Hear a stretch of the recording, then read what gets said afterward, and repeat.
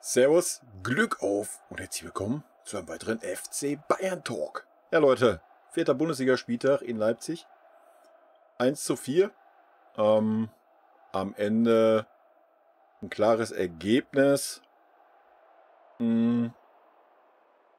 Eigentlich auch ein klares Spiel mit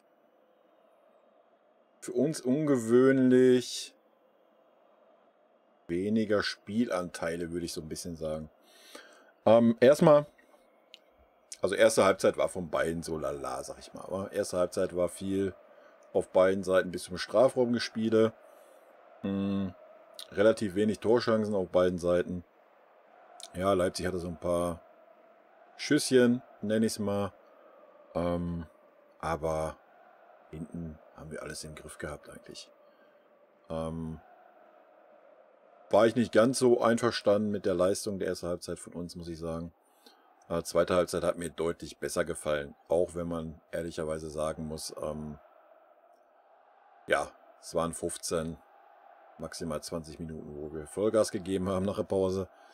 Danach, und deswegen sage ich von wegen weniger Spielanteile, danach haben wir eigentlich uns aufs Kontern verlegt, was man eigentlich so nicht kennt. Klar haben wir immer noch so ein bisschen Ballbesitzphasen gehabt, aber wir haben eigentlich so im Großen und Ganzen Leipzig das Spiel überlassen. Ob jetzt gewollt oder ungewollt, sei mal dahingestellt. Fand generell mittig, defensive Mittelfeld, waren wir heute nicht so gut. Goretzka war schwach. Kimmich war Licht und Schatten. Und deswegen ging da relativ wenig, fand ich jetzt.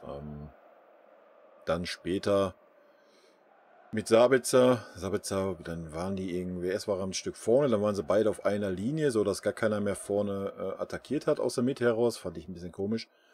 Hat sich dann aber so nach 10 Minuten wieder gelegt, dann war Sabitzer ein bisschen weiter vorne und hat da auch ein bisschen was gemacht. Aber generell war das dann auch in der Zeit, wo wir den Leipzigern das Spiel überlassen haben, muss man einfach so sagen. Und ich glaube schon, dass das gewollt war.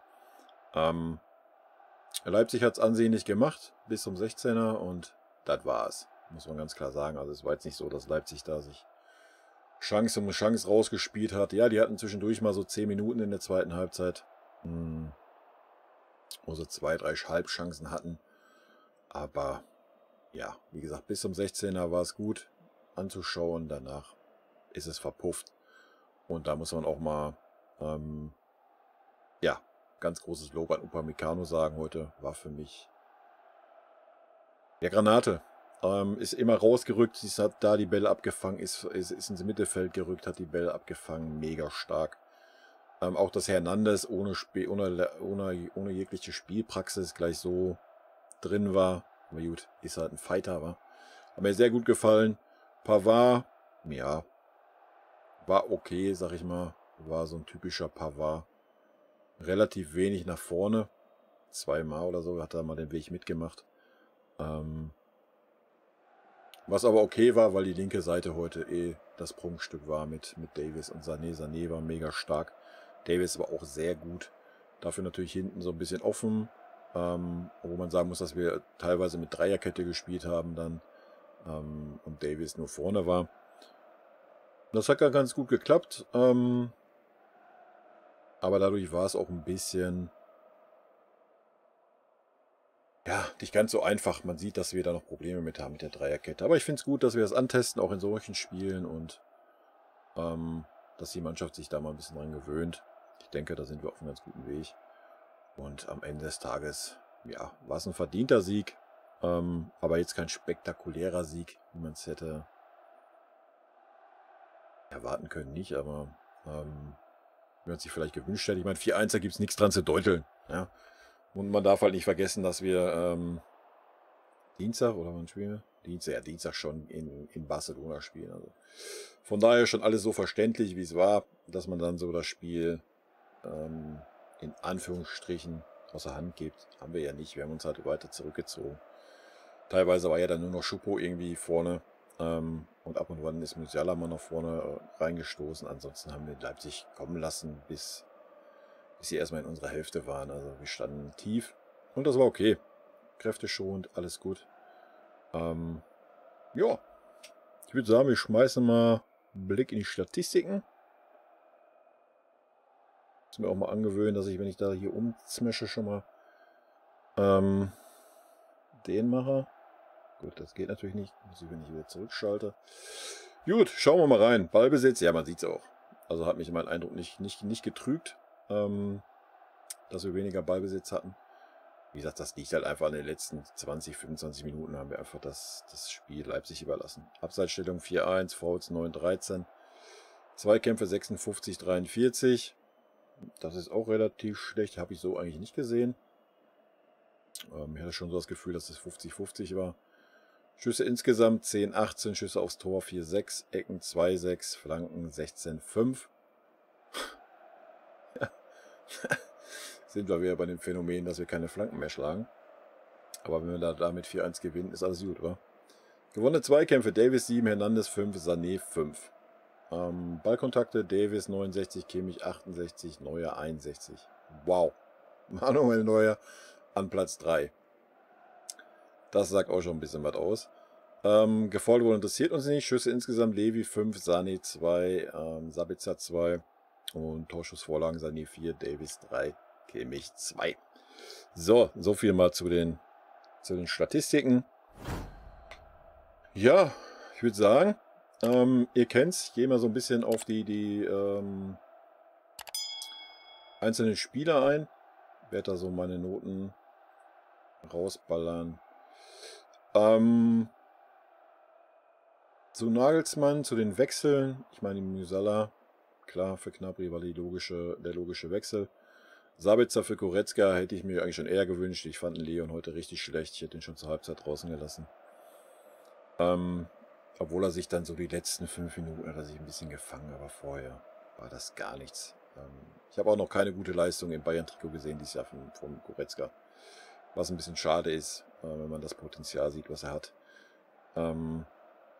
Schupo, also Levi nach 60 Minuten raus, fand ich völlig okay. Man hat gesehen, ja, Levi hat heute auch nicht so das Glück gepachtet gehabt, hätte auf jeden Fall noch 2 Hütten mehr machen können, eine sogar müssen. Die anderen beiden Wechsel habe ich nicht ganz verstanden. Stanisic im Mittelfeld war ein Graus. Ja, dann so die letzten 5, 6 Minuten, wo er dann zweimal so auf halblinks mit nach vorne gegangen ist, war das okay. Ansonsten hinten hat er mir Unruhe gestiftet und ist da rumgerannt wie ein Huhn ohne Kopf. Hat mir gar nicht gefallen, habe ich für absolut null verstanden. Hätte besser den Süder da ins defensive Mittelfeld stellen können und Stanisic auf rechts hinten. I don't know, was er sich dabei gedacht hat. Den Süde dann da hinten für ein Pavard hinzustellen, ist okay. Ja, spielst du halt meinetwegen mit Dreierkette oder hättest auch Fünferkette gemacht, hättest den Stanisic noch weiter nach rechts gestellt. Wäre vielleicht besser gewesen. Sah ein bisschen komisch aus, am Ende hat es geklappt, ja, alles gut. Aber hat für mich ein bisschen unglückliche Figur gemacht, von daher. Die Geschichte mit Dreierkette und sowas, ja, ist okay. Das Gegentor, sind wir mal ehrlich, ja, das war ein Sonntagsschuss. Bam, da gab es nichts dran zu halten, ja. Womit wir beim Neuer sind. Wir haben gesehen, die drittmeisten Ballkontakte. Hat den einen noch super gehalten in der ersten Halbzeit. Klar, der war auch relativ zentral, trotzdem muss er da erstmal die Finger dran kriegen und das Ding halten. Von daher würde ich den Neuer eine 2 geben. Hernandez würde ich eine 3 geben. War völlig okay, war jetzt nicht so mega auffällig. Upamecano war völlig souverän, also eine gute 3. Ja. Hat mir sehr gut gefallen, bin froh, dass er wieder da ist. Und freue mich wirklich auf das Duo Hernandez, Upamecano. Wo es ein bisschen schade ist, weil der Süle hat es wirklich stark gemacht bis dahin. Weil von daher, ja, wer weiß, vielleicht sehen wir öfter eine Dreierkette. Also mit dem Hernandez, Upamecano und Süle wäre es schon eine geile Dreierkette. Ja? Und der Süle kann rechts spielen, Hernandez links, also warum nicht? Ja? Und wenn man dann noch meint, hast du halt noch die beiden Außen, kannst du Notfall auf Fünferkette umstellen, obwohl ich keine Gegner sehe, wo wir mit Fünferkette spielen müssten. Ja, wird sehr interessant zu sehen sein. Auf jeden Fall haben wir wieder ein paar Optionen mehr. Und wie gesagt, Hernandez für mich eine gute 3. Fonso Davis für mich eine 2. Ja, mega. Gibt's nicht zu meckern. Nach hinten, ja, 1, 2 Mal hat er ein bisschen Stellungsprobleme gehabt, hat er dann aber durch seinen Speed und Gutes Defensivverhalten weggemacht und ja, und darf auch nicht vergessen, dass Leipzig hat da auch keine langsamen Spieler auf den Außen, also von daher hat das wirklich gut gemacht. Pavard, ja, würde ich eine 3 minus geben. Wenn wir Hernandez auch nur eine 3 geben, aber dann geben wir Hernandez eine 3 plus, Pavard eine 3 minus. War okay, weiß jetzt nicht, wie die Ansagen waren, war halt relativ wenig mit nach vorne, wobei man sagen muss, er hat natürlich auch nicht den Speed eines Davis, um dann, wenn er vorne ist, das wieder rauszuholen nach hinten hin. Ja, von daher war er ein bisschen verhaltener, was aber okay war. Upamecano, ja, für mich eine ganz klare 2, eigentlich sogar eine 1. Also ich habe ihn, okay, erste Halbzeit, aufgrund erster Halbzeit geben wir eine 2. Zweite Halbzeit bärenstark, also war überall in der Defensive, hat es koordiniert, die Zweikämpfe gewonnen, hat mir sehr gut gefallen. Wundert mich gerade, dass eine Statistik nicht unter gewonnene Zweikämpfe war, aber anscheinend so ein Ballabfang zählt da nicht unbedingt als Zweikampf, wenn der Gegner da noch nicht richtig dran ist. Bärenstark für mich.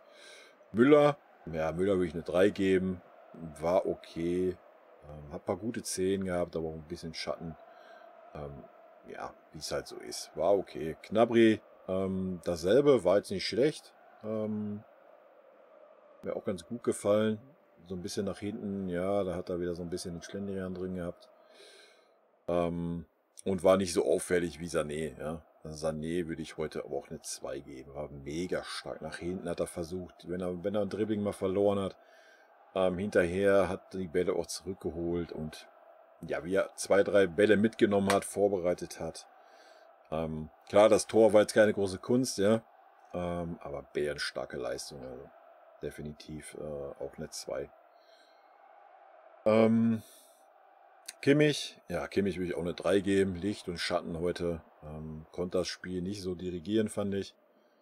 Auch zweite Halbzeit war es Licht und Schatten, erste Halbzeit auch, ja. Goretzka habe ich schon gesagt, Goretzka ist für mich der Einzige, der ein bisschen abgefallen ist, würde ich eine 4 geben. Hat mir nicht gut gefallen. Ja, viele Fehlpässe wieder und immer diese Stellungsfehler und dieses Rumgeirre irgendwie. Ich weiß nicht, ich habe so das Gefühl, dass er unter Nagelsmann noch nicht wirklich so die Posi gefunden hat. Anscheinend soll er ja nicht direkt vor Kimmich spielen, sondern auf eine Höhe. Ich glaube, das liegt ihm nicht so wirklich. Also die Leistung, die ich bisher gesehen habe, weiß ich nicht. Jetzt nicht so, waren jetzt nicht so prall. Ich weiß nicht, vielleicht liegt es nur an privaten Dingen oder so, wird man sehen. Aber er spielt halt ein bisschen anders, wie er vorher gespielt hat. Muss man ganz klar sagen, unter Hansi. Unter Hansi hat er einen Tacken weiter vorne gespielt, vorm Kimmich. Klar, hat sich dann ab und wann mal fallen lassen, wenn der Kimmich nach vorne gegangen ist, oder dass sie gewechselt haben. Ja, aber das auf eine Höhe gespielt haben, eigentlich relativ selten. Ja, keine Ahnung, ob das für ihn ein Problem ist. Anscheinend ist das ja irgendwie ein Problem, keine Ahnung. Sané hatten wir, Levi, ja, Levi würde ich heute eine 3 geben. War okay. Wo man sagen muss, hat auch wieder viel gearbeitet, viele Räume geschaffen, also eine gute 3. Hätte er das andere Ding noch gemacht, ja, das war eigentlich ein safes Ding. Ne? Und dann hat er nochmal so eine Halbchance gehabt.